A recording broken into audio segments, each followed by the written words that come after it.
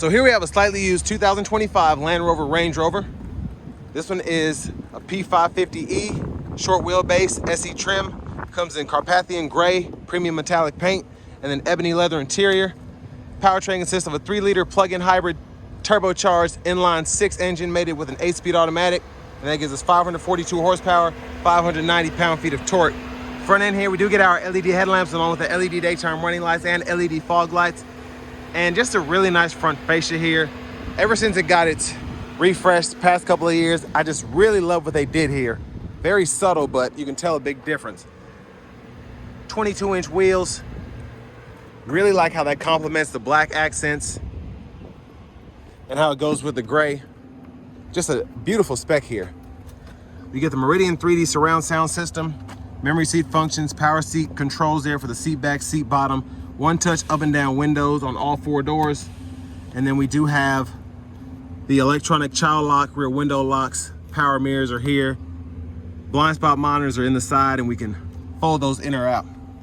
And then this button is your entry exit. If you want to lower that suspension to get in and out of the vehicle easier, you can do that.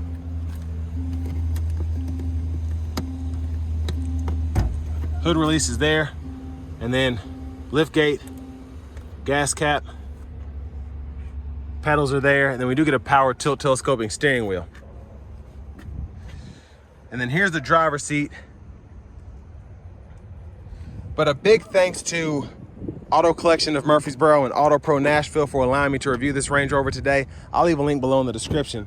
But if you're looking to find the best price on one of these closer to home, click that second link down below. It takes just a minute to fill out your information, and I'll make sure the local dealers are fighting to get you the best price on this or whatever new vehicle you might be interested in. But sitting back here, soft closed doors all the way around. And then I like that we can really fool with the lighting and all of that in here to just make it easier. Seat back pockets both sides. Now I got to start this thing back up. The problem with this vehicle in particular, nothing that's really important because most people won't be reviewing their vehicle on a regular basis, but when I pop the hood, it cut the engine off, which is annoying. This thing likes to just cut off for whatever reason. I don't know if it's a setting in the menu or what, but really annoying.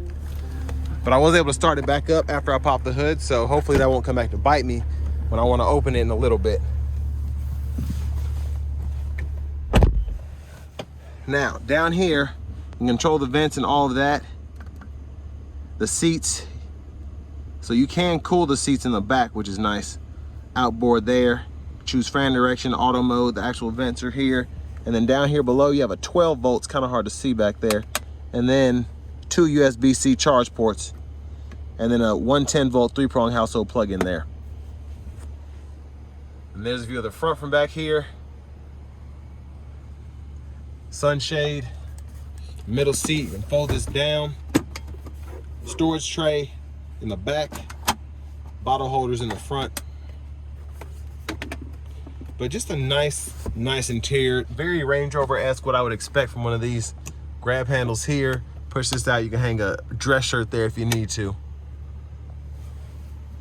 But power door lock controls are here. You also can control the seat bottom or the seat back here and then decide, hey, I want to do this to the right window, this to the left window, or this to both windows if you want to adjust anything here. So you can actually control the sunshade from the back and then even control the lighting for when you need to read or if you just want to have a better view for your computer. And you can see the lights change as you do that, so that's pretty neat.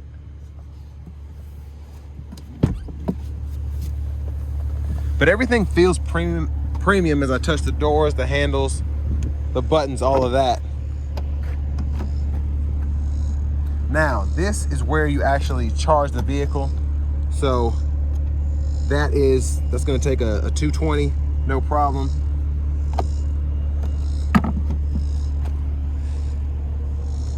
And then to the back end of the Range Rover, this is one of the things that really bothered me when it first came out, but it really has grown on me, especially with the blacked out taillights.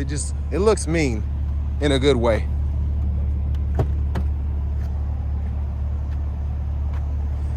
But a 2-part lift gate here, so power bottom, power top. It's pretty nice. And you have a few switches here to lean the seats forward or back if you want to fold them. So that's a one touch there, and then folds just about flat into the floor. You have hooks on either side here, and then this is pretty cool. You can lower the suspension or raise it to just make access to the trunk space easier, depending on what you're trying to do and who you are.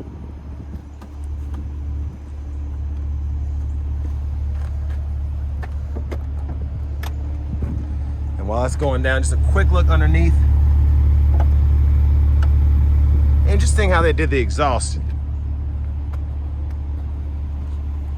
Now this side here is the gas cabinet. I think because it's running, it won't let me open it.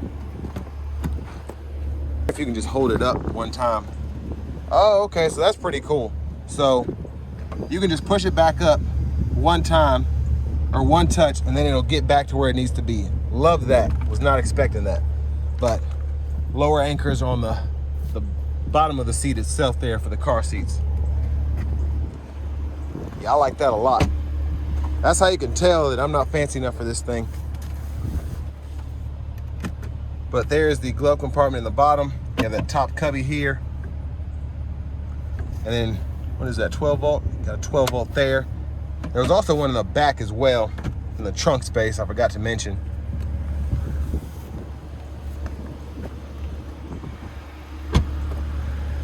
But I mean, for almost 130 grand, and that's just how this is pre-owned, all this stuff, it's nice.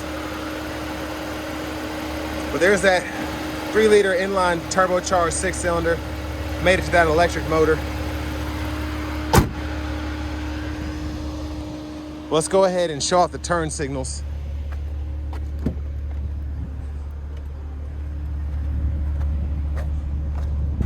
So there's the back end.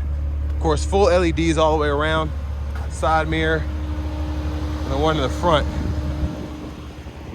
Let's go ahead and hop in the driver's seat next. No one's out here at the park because it's so freaking hot outside. Leather wrap steering wheel here. Like the 2-spoke design. I feel like Cadillac's doing that. Everybody's trying to do this now. There's the horn. Now over to the radio. Unfortunately, this battery is completely drained, so I've been trying to charge it. It's not really going to do much, so I can test out the EV power, unfortunately. But this is the hybrid menu, so you can check out the battery, the energy, and then set up the charging. So however you want to precondition, whatever, things of that nature. You can put it into the save setting, so it charges the battery, and then you can't use it unless it's filled up to 20% or more. And then you have the EV mode there. But dual zone automatic climate controls, I like this. You can kind of just scroll on either side, or you can click in and actually adjust it. And then fan speed, 3-stage heated cooled seats up here as well. You can fool with all of that, and then sync. And then you have the defrosters here. And you also have a windshield deicer, which is nice. And here's the home menu. So navigation system is here. EV stations, garage, you have shortcuts there. Very easy to use the actual system. And then in your audio, you do have your AM, FM, and then your XM there as well. Now, one thing I will say is this radio system, once you get used to it, it's not terrible, but it's just if you're just hopping in this thing for the first time, it's one of the more confusing systems that I've dealt with. And that's just, it's my opinion, but I feel like everything just has to, you have to know what you're doing. But you have shortcuts here, which is nice to have. A bug crawling on me. And then you can go through all of your different menu options here. So it's pretty cool, I think. But again, you have to know what you're doing. So you can see the energy impact from the seats being on, the AC, if the heated steering wheel's on, if the windshield deicer's on, all of that's on. Shows you how much power it's using. And I like that. And I first saw that, I think, in the newer Defenders. But go into the menu setting here, you can see the eco data, the 4x4, the traction launch, all of that here, climate. even Alexa, the vehicle health. There's just a bunch of stuff in here. It's crazy. But anyways, backup cameras here. Guidelines follow you as you turn the steering wheel. You also have a front camera as well. If I can get it to come on, I might have to get out of reverse. There it is. Front camera is there. And then you have different viewpoints depending on where you click on the animation that gives you that bird's eye view. And then off-road, turn that on. You get a better view if you're going off-road, and I like that. And then your differential locks and all that you can adjust there. Now down here, wireless charging pad, USB-C port, you can shut all that off. And then for the shifter, there's your park, and then pull on the button on the back, pull down for drive, tap for the sport mode, and then hold up for neutral. You gotta hold on the button for that too. That's the first time I've had to deal with that. And then push all the way up for reverse, press P for park again. The bottle holders are there. And then your center console cubby space here. Nice deep pocket there. And then you can close all that off. Controls for the sunshade, the sunroof, rear camera mirror, garage door transmitter as well. So you can vent, or you can slide it back. Very quiet, but relatively slow, I think. That's as far back as it goes. And there's a look at the back seat from up here. And then your vanity mirror. Love the lights. A little small, but not too bad. And then back to the steering wheel, blinkers on the right side. And then you have your headlamp controls you can control here. So to actually get them going, you have to kind of hold it where it needs to be, and then like that, and then let off.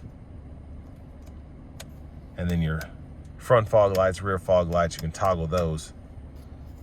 And then you hit this button on the side. You get the information on that left-hand corner at the bottom.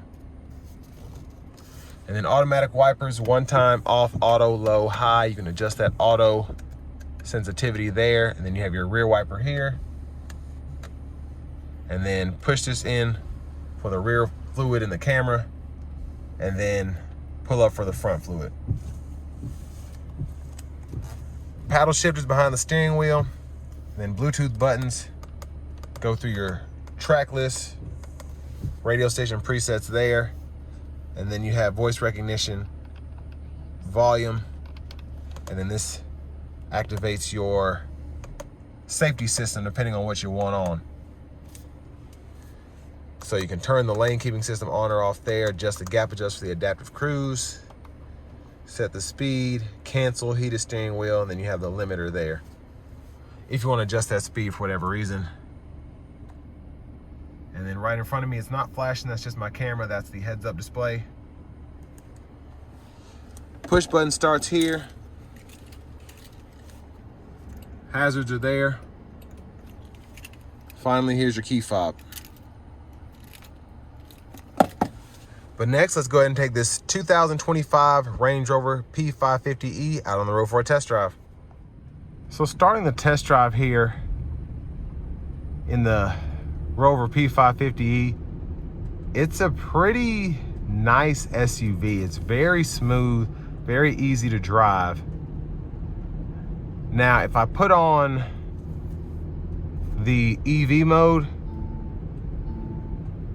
you get that full electric power, all of that, but the battery in this has been pretty much depleted, unfortunately. And I hate that I don't have the opportunity to test that out, but it is what it is.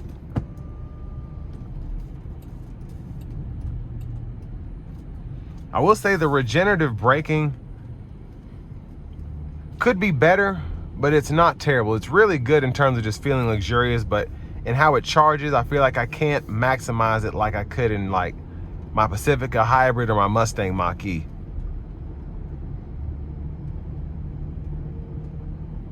But it's so nice in here. The interior is exquisite. After you get used to the screen and how all the buttons work, it's really nice, specifically just to look at it. But it's just, it feels good in here. It feels very good.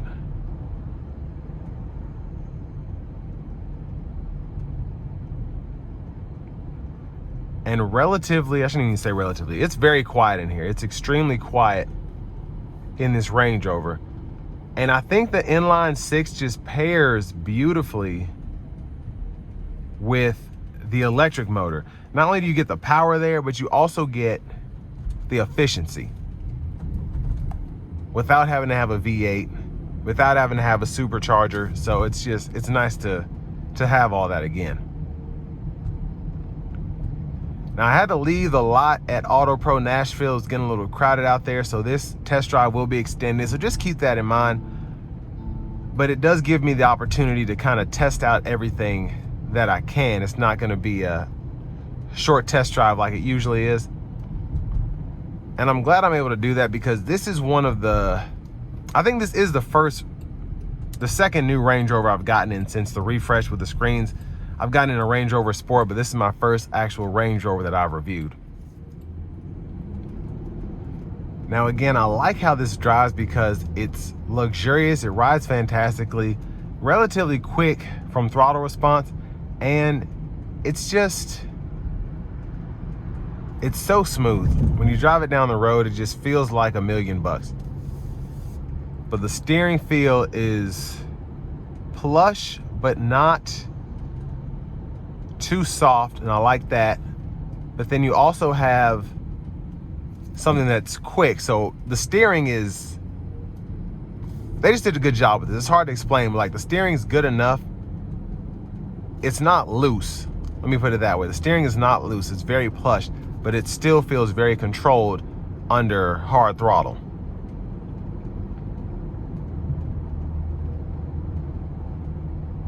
Now, one thing that Range Rovers are kind of known for is the rattle, and I will say the trunk space, I don't know what it is, but something's rattling back there. It's like plastic hitting on plastic.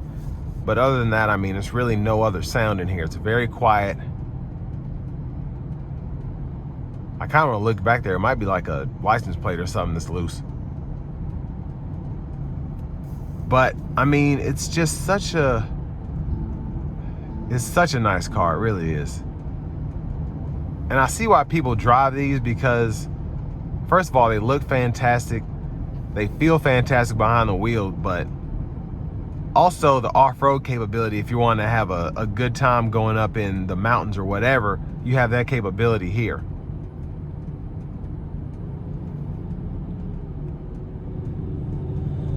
Again, I just apologize. I'm not able to test out the range or just the power you get in the EV mode.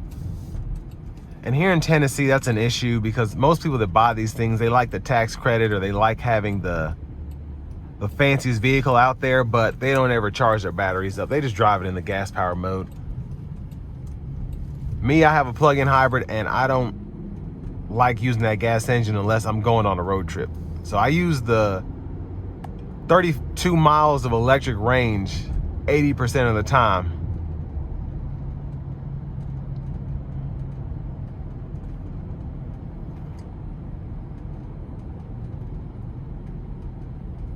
But yeah, the regenerative braking, it kind of like throttles. I don't know if that's necessarily accurate though. The brake pedal feels good. I don't feel like the lunging as it goes into different levels of regen, but based on this meter here, it kind of like gets full and then you're still hitting the brake the same way and then it kind of just like recoils back and forth. But I mean, I absolutely love the driving dynamics of this Range Rover. Now I want to give a huge thanks to Auto Pro Nashville, we just passed them on the right, and then Auto Collection of Murfreesboro for allowing me to review this Range Rover today. I'll leave a link below in the description. If you're looking to find the best price on one of these closer to home, click that second link down below. It takes just a minute to fill out your information, and I'll make sure the local dealers are fighting to get you the best price on this or whatever new vehicle you might be interested in. But it's man, this thing is smooth. I will say it gets on my nerves. I think as I go like 5 or 7 miles per hour over the speed limit, it beeps at me. I don't know if that's a setting I could turn off or not because I can see this giant number here, but a lot of people that drive these probably don't because they're all over the place or on their phone. Yeah, it's just doing anything over the speed limit. So If I were to turn that off, that would be very nice, but right now it's just going off, so I apologize. I don't want to fool in the settings now as I'm driving. But having the save mode on here, I'm starting to see the EV range go up just a tad. Now it's not as good as the M5 I drove just before this, because if you put that into the max regen mode, you can gain like 5 miles of range driving like 5 miles. It's it's really wild.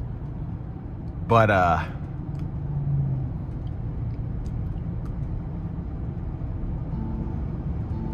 yeah, that is going to bug the mess out of me. Ooh, that's nice.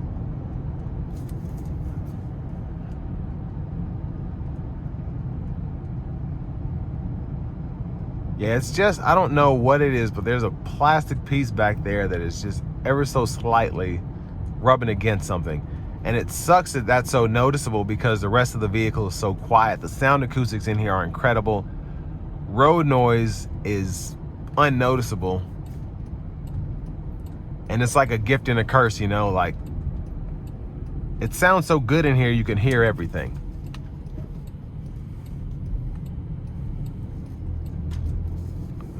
It's even like low-key loud, my hands against the steering wheel here.